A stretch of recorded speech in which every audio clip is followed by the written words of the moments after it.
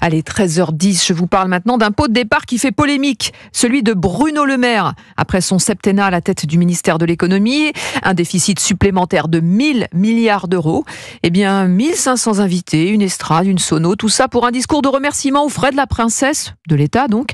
Margot Faudéré a assisté à cette cérémonie d'adieu pour Europe 1. Oui, des adieux dans la bonne humeur qui tranchent avec la situation budgétaire catastrophique du pays.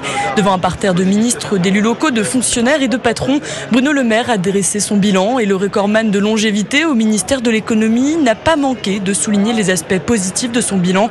Il s'est félicité du mouvement de réindustrialisation, mais aussi de la baisse du chômage et des impôts.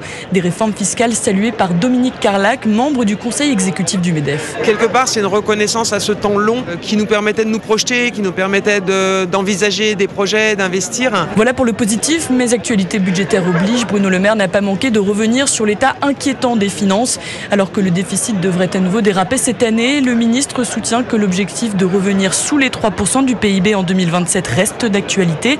Il s'est même permis un petit tacle à l'intention de ceux qui auraient bridé son action. Ce sont des somnambules, ceux qui proposent de dépenser toujours plus d'argent public.